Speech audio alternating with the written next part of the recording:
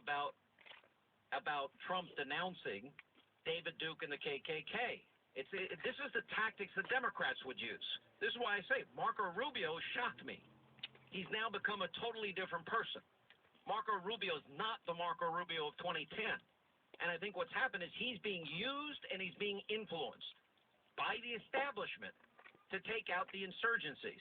And if you look at the comments, Christy Todd Whitman, Ben Sass, I mean, it's coming from different political directions, some on the more conservative side supporting Cruz, et cetera, but mostly it's the establishment. And I believe that there's probably been many meetings, there's been a lot of coaching, a lot of money promised in the hopes that they can get to a brokered convention. Remember, that's only one of the many ways that they'll try to screw any of the insurgents, especially Trump now, because he's in the lead. You know, let's keep everybody in. Let's prevent him from getting 1,237 delegates going into Cleveland, and we'll have a brokered convention, and we'll put either Mitt Romney or Marco Rubio in place. What is Mitt Romney doing here? You know, for all these people that have been so quiet about the horrors of the 8 years of Obama and the horrible use of the race card of Hillary Clinton, I'm like the only one playing the Jim Crow cut. The only one. And yet they're gonna take this incident where Trump doesn't hear in an interview, even though he previously denounced on social media and in a speech, and even back in August, for crying out loud. And it turns into an ad by the establishment against Trump.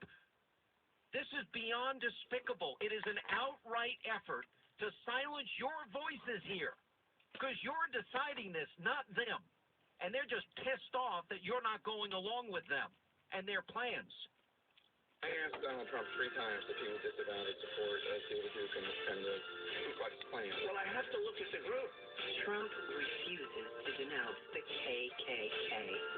Think about that. For president? Ronald Reagan made us believe that it was morning in America again. Well, now the children of the Reagan Revolution are ready to assume the mantle of leadership.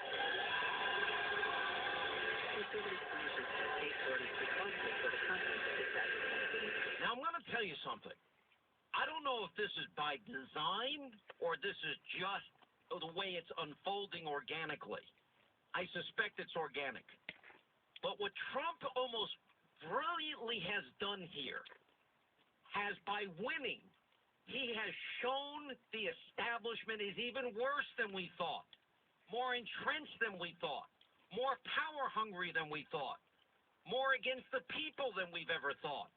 In other words, you know, by him winning, you know, Wall Street, the think tanks, K Street, you know, they obviously want to keep all their money flow and keep the system just as it is and not get the American people back to work and become energy independent. They certainly don't want to build the wall, or else the wall would have been built in all these years.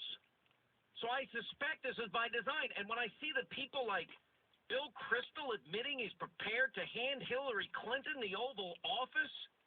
He was on Joe Scarborough's program, and Scarborough says the fact of the matter is that, you know, there's no historical precedent with someone doing as well as candidate Trump did yesterday, winning New Hampshire, South Carolina, Nevada, et cetera, and losing the nomination. That's never happened before. Kristol says, right, so we have to stop the momentum. I totally agree.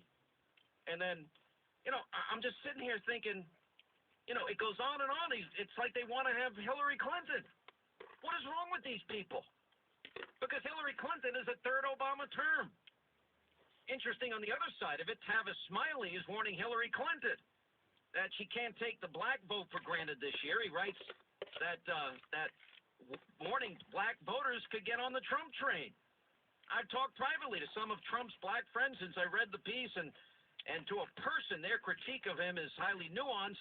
Men and women from black America's most privileged classes either genuinely like the guy or they're afraid of being caught as a social media meat grinder, but he's suggesting that could happen.